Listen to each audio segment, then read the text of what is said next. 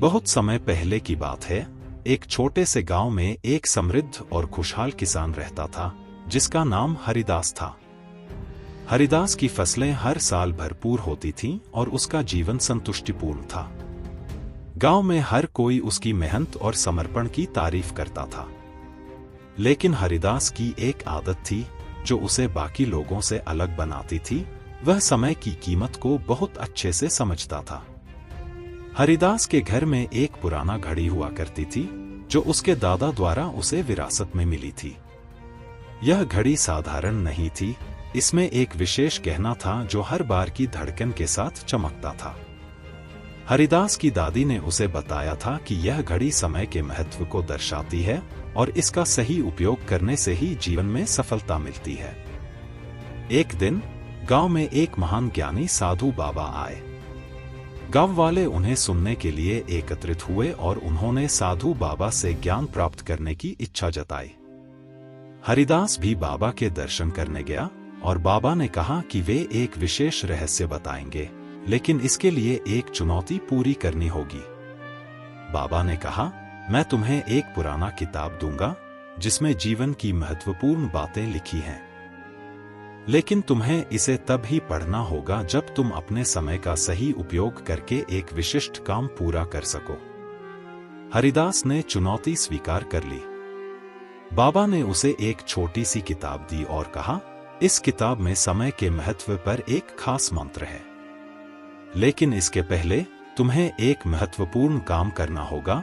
तुम्हें अपने गांव के चारों ओर का चक्कर लगाना होगा और हर व्यक्ति से समय के महत्व के बारे में पूछना होगा। हरिदास ने यह कार्य शुरू किया। उसने गांव के हर व्यक्ति से समय के महत्व के बारे में पूछा।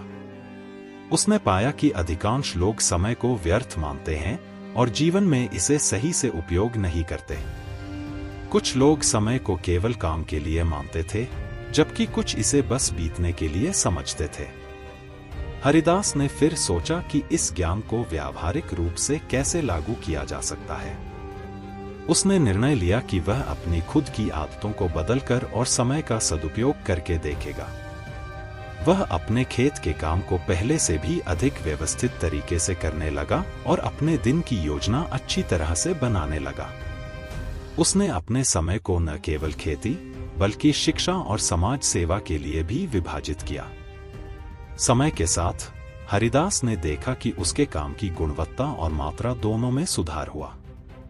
उसकी फसलें पहले से ज्यादा अच्छी हो गईं और वह गांव के लिए एक प्रेरणा बन गया।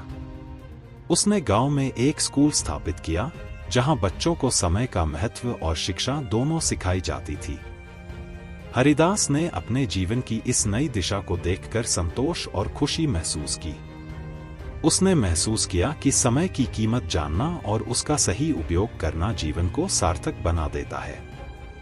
एक दिन जब हरिदास ने साधु बाबा से मिलने का सोचा तो उसने बाबा को बताया कि उसने समय का महत्व समझ लिया है और इसके सही उपयोग से अपनी जिंदगी को बेहतर बनाया है। साधु बाबा ने उसकी बातों को सुना और मुस्कुराते हुए कहा, तुमने समय का महत्व जानकर और उसे सही तरीके से उपयोग करके एक महान कार्य किया है। यही सच्चा ज्ञान है। समय का सही उपयोग ही जीवन की सबसे बड़ी समृद्धि है। हरिदास ने समय की कीमत को समझा और अपने अनुभव से यह सीखा कि समय को सही तरीके से उपयोग करके हम अपनी जिंदगी को बेहतर और खुशहाल बना सकते हैं। उसकी कहानी गांव में प्रेरणा की मिसाल बन गई और सभी ने सीखा कि समय की कीमत जानना और उसका सही उपयोग करना जीवन के हर क्षेत्र में सफलता का आधार है।